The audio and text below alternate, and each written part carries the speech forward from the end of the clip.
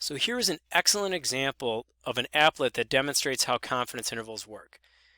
When you're done watching this video, I encourage you to go to the website that you see in the upper left corner, adjust some of these settings on your own, and then observe how those adjustments impact the simulation results at the right. Now, for the sake of consistency with the last video, I'm going to use a lot of the same numbers that we used in the IQ problem, and that includes things like a sample size of 75, confidence level of 95, a population standard deviation of 10, and I'm doing this for the sake of really creating a little bit of context here. So we can think of the confidence intervals that we're going to create in this simulation as being confidence intervals for the mean IQ of college students. Now the other thing that we need to tell this applet is everything about the population. And I know that seems a little bit strange because in statistics we typically don't know anything about the population as a whole, and we typically gather samples and use those sample results to infer what's happening about the population. But in order to really demonstrate the workings of confidence intervals, we're going to start with a population that we do know everything about, and we're going to include in that the population mean is 100. Then I'm going to sample from that population. I'm going to get a sample mean. I'm going to have a margin of error of 1.96 standard deviations on each side of that sample mean and create a single confidence interval. And if you look over at the right, that's exactly what we have. So you can see that this point represents the mean of 75 IQs from a population of people that had a mean IQ of 100. So you can see our sample mean is a little bit lower than the true population mean. And then when you deviate 1.96 standard deviations on each side of that sample mean, you do get an interval that does include the true population mean. And that is not unexpected because, in fact, I was 95% confident that my interval, when I simulated it this one time, would include the true population mean.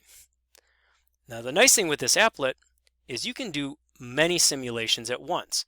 So watch as I change this to 5 simulations. So what this represents is, imagine going out sampling a different 75 people.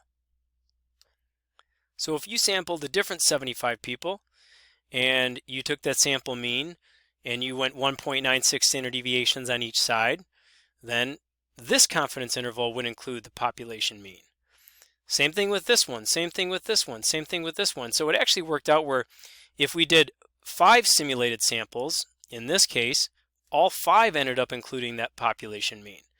So going back to the example that we were looking at before, when we created our confidence interval of IQs, we don't know if our confidence interval of IQs was something like this one or something like this one or something like this one, but we were hoping, like all of these, that that interval that we created did include the population mean.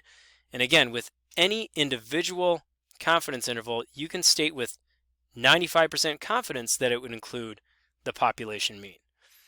Now, to really illustrate this, let's do 100 simulated samples at the same time.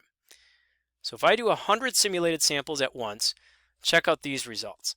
So this is like, if you take a look at the first one, think again of a sample mean being right here, and then 1.96 standard deviations on each side, and so that first confidence interval would again include the true population mean. But as we look at this, we have 1, 2, 3, 4, 5 red confidence intervals, and those red confidence intervals represent the intervals, it's really obvious with this one, that do not include the population mean. And so these show that when you go through a sampling process, that there is a small percentage of times where you will get a sample mean, where you will go 1.96 standard deviations away from that sample mean on both sides, and that interval that you create will not include the true population mean.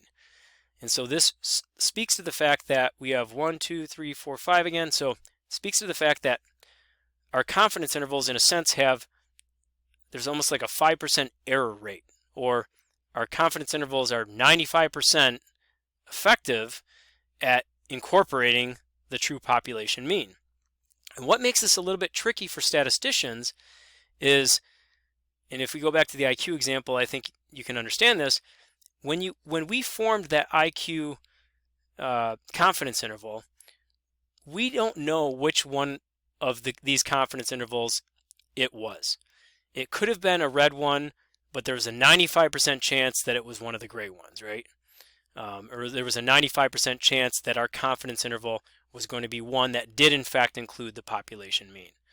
So I hope this gets you thinking a little bit about how confidence intervals work, and maybe you can come back to this later on after we talk about different confidence levels and 90% confidence intervals and 99% confidence levels and things like that in the coming videos. And so continue to use this applet to help your overall understanding.